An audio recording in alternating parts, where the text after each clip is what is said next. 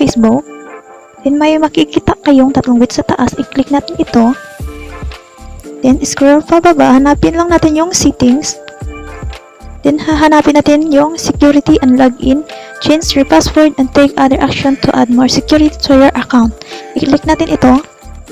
Then change password. Then i-type natin yung current password. Yung dati natin na password. Then type natin sa baba yung bago natin na ipapalit na password.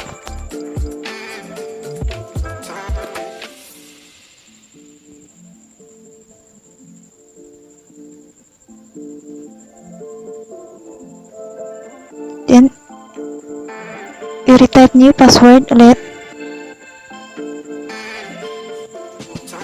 Pagkatapos ay i-save changes. Stay login. Pag napalitan na natin ng password ng ating Facebook, ito yung makikita natin. Stay login. Continue.